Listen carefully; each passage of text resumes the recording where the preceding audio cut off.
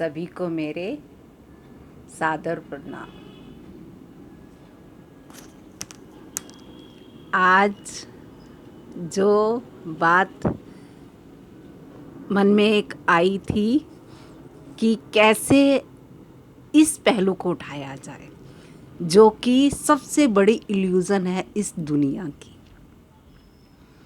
और सच्चाई है कि हम कितनी बड़ी इल्यूज़न में हैं। सबसे बड़ा क्वेश्चन है, क्या हमें पैदा होना चाहिए? आपने महाभारत देखी होगी। महाभारत में माँ गंगा और शांतनु राजा के साथ विवाह हुआ था।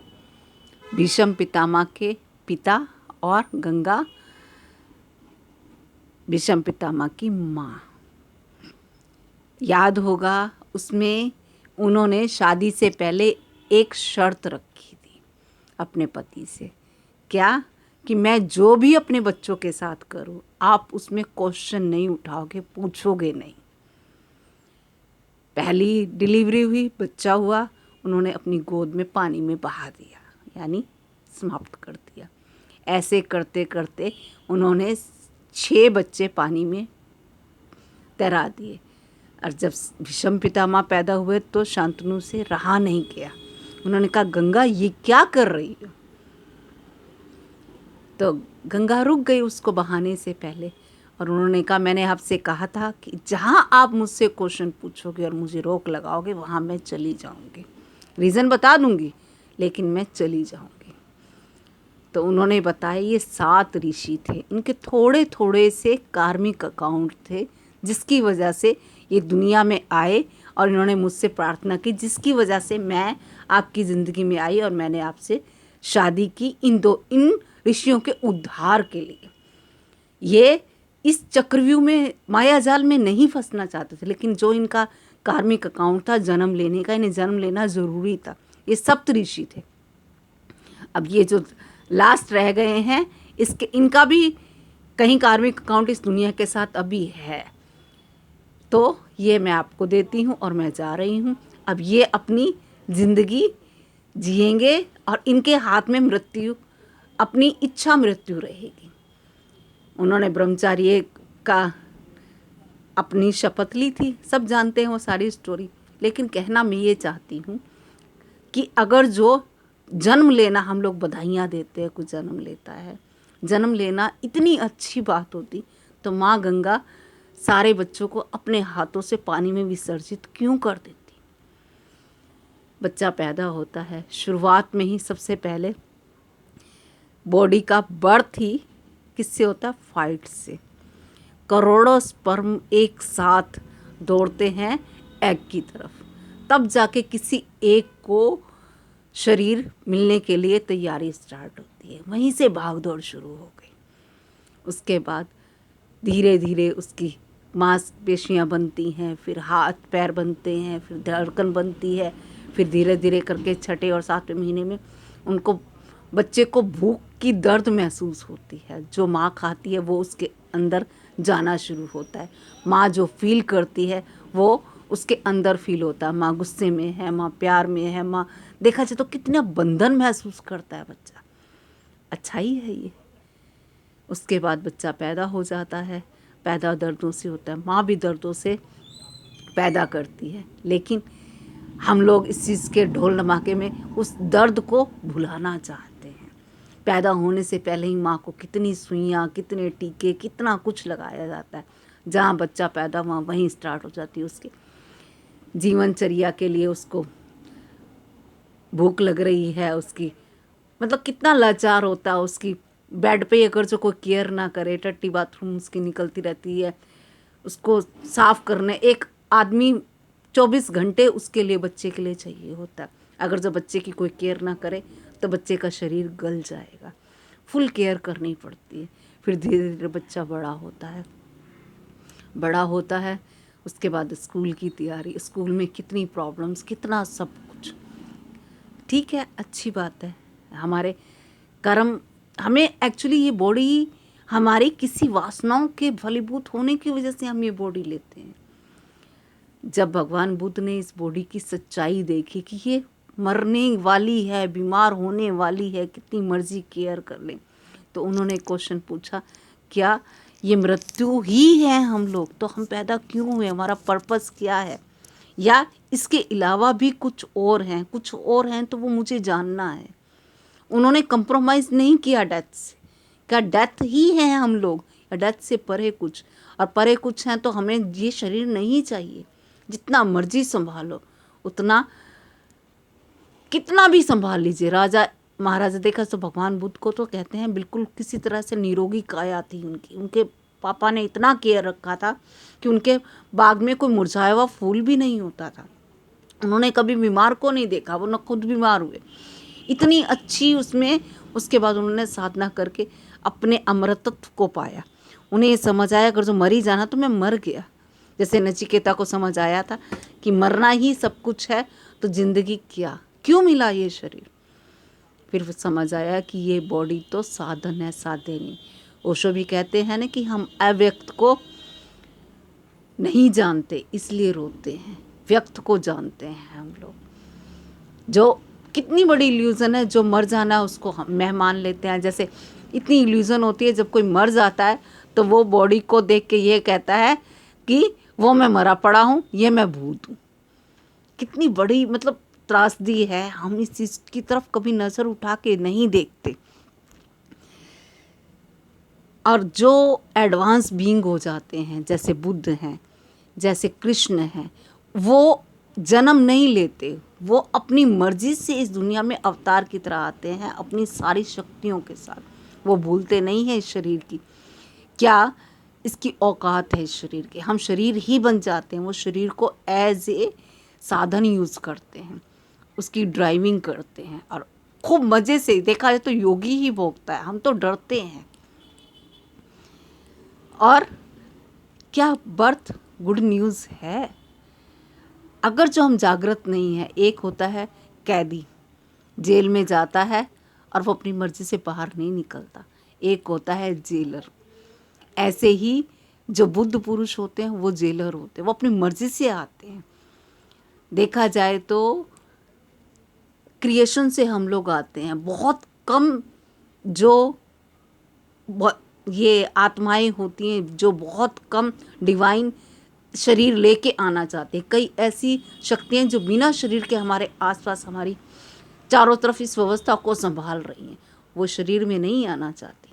उन्हें पता है शरीर की कितनी प्रॉब्लम्स है। बहुत कम, रेयर देखा जाए तो बहुत भगवान बुद्ध नहीं होते, भगवान कृष्ण नहीं होते, राम नहीं होते। क्यों?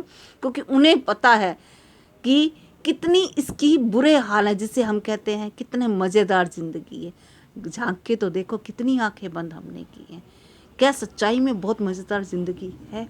ज़्यादा खा लेते हैं तो मुसीबत, भूखे मरते तो मुसीबत, गर्मी हो जाती तो मुसीबत। जरा आंखें खोल के तो देखें, कब देखेंगे? हम लोग रॉन्ग साइड देखते हैं, राइट साइड नहीं देखते। हमें देखना होगा इसकी कितनी व्यर्थता है। इसके द्वारा हम अपनी इसेंस को समझ के, आत्मा को समझने के लिए अगर जो आए हैं, तो ये तो हमारे लिए खिलौना हो गया। जब दिल करे आ जाए, जब दिल करे चले जाए। ये हो तो ये बॉडी कोई किसी तरह की परेशानी की जगह नहीं है। फिर बीमारियां भी पास नहीं आती क्योंकि समझ होती है। हम माया से बंध जाते हैं, इल्यूजन से। समझ ही नहीं आता कब बंध गए, कब ऐसे हो गया कि हमारी आत्मा भूल गई और हम शरीर ही हो गए। ये होता है, हम ईगो के गुलाम होते हैं जब हमारे अंदर वासनाओं की स्टार्टिंग होती है, जब हम इन पांचों इंद्रियों से एक तत्व हो जाते हैं, तब हमारा ये शरीर बनता है। लेकिन इस चीज़ की अगर जो अभी हम समझेंगे तो हम मोक्ष, कहते हैं ना हमारे ग्रंथों में, ओशो भगवान ने भी बताया है कि मोक्ष पैदा होंगे, जो चीज़ पैदा होगी वो मरेगी ही मरेगी। मोक्ष में जैसे कल की कविता में हमने पढ़ा था, साधना और वासना एक ही सिक्के के दो पहलू हैं, दो जुड़वा बहने हैं। सुख और दुख क्या है? एक दूसरे को, अगर जो दुख होगा तभी हमें सुख की भनक महसूस होती है। गरीब होंगे तभी तो अमीरी की महसूस होगी। जैसे मछली पानी में है, पानी से बाहर निकलती है तभी उसे पता लगता है कि पानी की कितनी महत्वता है। जैसे रावण के ब्लैक बोर्ड पे वाइट दिखाई देते हैं, रावण ही नहीं होता तो राम हम जानते। हर चीज़ कंपैरिजन में है, तो क्या सही क्या गलत कुछ भी नहीं, सब कुछ देखा जाए तो माया ही है। छोटा होना, बड़ा होना, अमीर होना, गरीब होना, दुखी होना, सुखी होना, राग द्वेष ईर्ष्या प्रेम, हर चीज़ एक दूसरे की पूरक है। तो हमें इस चीज़ पे मनन अभी नहीं करना चाहिए, अभी तो ज़िंदगी हमारे हाथ में है, हमें समझना चाहिए इसकी व्यर्थता क्या है। कम से कम हम जो ज़रूरी काम है वो तो कर सकें, अपनी साइलेंस को समझ सकें, अपने इसेंस को समझ सकें, हम अपनी हैबिट के स्लेव ना हो। हम बॉडी हैबिट्स की बनी हुई है, यानी एस सेंटर की। जैन योगा में बताया जाता है कि हमारे शरीर में जैसे सत्व रजस तमस, ऐसे ही IES सेंटर, एस सेंटर में हम लोग स्लेव हो गए हैं, हम रिएक्शन वाले सेंटर में रहते हैं, हम हैबिट में हो गए हैं। हमें किसी ने कुछ कहा, दूसरे के हाथ में चाबी होती है, हम रिएक्शन में ही सारी ज़िंदगी निकाल देते हैं। किसी ने प्यार दिया तो हम प्यार देने लगते हैं, किसी ने गुस्सा किया तो हम उससे नाराज़ हो जाते हैं, उसके ऊपर कोर्ट कचहरी करते हैं। तो थोड़ा तो जाग के देखना पड़ेगा। एक तरफ है हमारा ज्ञान और एक तरफ है हमारी वासनाएं। चुनना हमें होगा कि हम रियलिटी चुनेंगे या जो नश्वर है उसी को सेव करने की कोशिश करेंगे, सिक्योरिटी बनाएंगे। और सिक्योरिटी बना बना के भी हम समझ लेते हैं कि सिक्योरिटी तो होती ही नहीं है, हर पल पे कुछ भी होके ख़त्म हो सकता है। अगर जो ये अभी नहीं चौके तो हम जब शरीर छोड़ने वाले होंगे, बुढ़ापे में आएंगे, तो हमें क्या लगेगा कि हमने एक मनुष्य जन्म पा के भी मिस्ड अपॉर्चुनिटी कर दी। जिस कारण से मिला था रियलिटी देखने के लिए, उसकी बजाय हमने इसे भोग भूमि समझा, योग भूमि नहीं समझा। कर्म ये चौराहा है। कहते हैं देवता भी तरसते हैं इस शरीर को, इसलिए कि इसके द्वारा ही हम अपने आत्मन को समझ सकते हैं। अच्छा है या बुरा, ये इस पर डिपेंड करता है कि हमें अपना पर्पज़ याद है। जैसे बुद्ध को अपना पर्पज़ याद है तो उनके लिए उनकी बॉडी बुरी नहीं हुई। लेकिन अगर जो वासनाओं के लिए, जैसे अब देखा जाए तो क्या हर बंदा क्या सोच रहा है, मेरा बेटा पैदा हुआ है, स्कूल बहुत अच्छे में जाए, फिर उसका फ़ौरन जाके पढ़ाई करे, फिर वहाँ पे सेट हो जाए और हमें वहाँ ले जाए या नहीं लेके गया है कोई बात नहीं। एक इल्यूज़न रहता है कि मेरे बेटा अमेरिका में है, हमारा बेटा कनाडा में है, हमारी बेटी कनाडा में है। ये सब एक माइंड को, इतने हमारे करोड़ों अरबों रुपए बैंक में है। देखा जाए तो हर बंदा इस दौड़ में लगा है, तो कितने लोग गरीब होते हैं। कुदरत ने तो जो प्रकृति की धरती जो हमारे पास है वो पूरी एक कैलकुलेटेड है। अब एक बंदा ज़्यादा ले लेता है तो दूसरे के लिए कम पड़ जाती है। गरीबी अमीरी किसने पैदा की? हमने ही तो पैदा की है। जानवरों में तो गरीबी अमीरी नहीं है, तो ये किसकी इल्यूजन हुई? हमारे माइंड की, पर्पज़ ना समझने की। ये इस खाना 2 रोटी ही चाहिए। मैं कल परसों एक बहुत अच्छी बच्चे का स्लोगन आया हुआ था, बहुत अच्छा लगा, आपके साथ शेयर करती हूँ। बताता है खानी 2 रोटी है, पूरा ड्रम भरा हुआ है आटे से। खानी 1 कटोरी दाल है और पूरा डिब्बा भरा है दाल से। पहनने 2 जोड़ी कपड़े हैं और पूरी अलमारी कपड़ों से भरी है। तो किस बात की शिकायत, किस बात का रोसा? समझ में नहीं करे ना हमारा माइंड क्या है, हमारी बॉडी क्या है, सेंसेस क्या है हमारे सपने, क्या है बर्थ के बाद कुछ है क्या?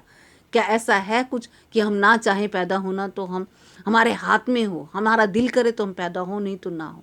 ऐसे नहीं जैसे हम घसीटते हुए आ जाते। जब आँख खुलती है तो 8-10 साल बाद समझ आती है कि मैं ये हूँ, मेरा नाम ये है, मेरे माँ बाप ये हैं, मेरी ये पढ़ाई है, मैं अमीर हूँ, मैं गरीब हूँ, मैं विकलांग हूँ, मैं बहुत समझदार हूँ।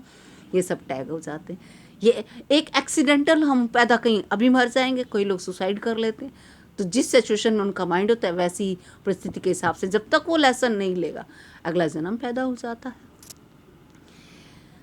हम कंफ्यूजन से मरेंगे तो कंफ्यूजन से पैदा होंगे, अवेयरनेस से मरेंगे तो अवेयरनेस से पैदा होंगे। कितनी बड़ी, देखा जाए तो ये एक वरदान भी हो सकती है ये बॉडी, लेकिन समझे तब ना। इसके लिए हमें बहुत हार्ड वर्क करना पड़ेगा। वो हार्ड वर्क ऐसा कोई हार्ड वर्क नहीं है, सिर्फ वासनाओं को समझना होगा। हर थॉट की बारीकी को देखना होगा कि वो किससे निकल रही है, क्यों हम इतनी इल्यूजन में फंस रहे हैं।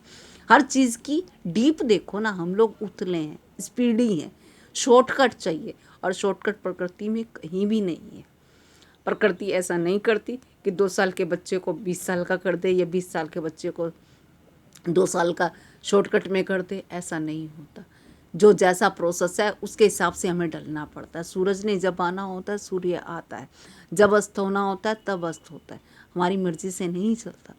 प्रकृति अपने हिसाब से, हम ज़्यादा छेड़फाड़ करते हैं तो प्रकृति उसका चेंज भी कर देती है, कहीं भूकंप आ जाता है, कहीं कुछ होता है, आप देख ही रहे हैं।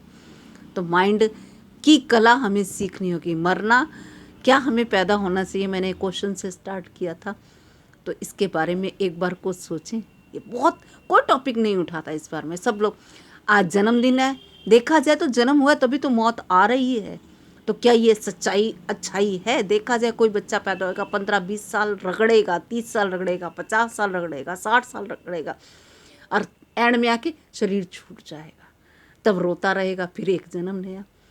कुछ सही अगर जो हम सीख नहीं पाए तो ऐसे है जैसे एक क्लास में हम बार बार फेल होते रहे, दोबारा आते रहे, तो क्या अच्छी बात है।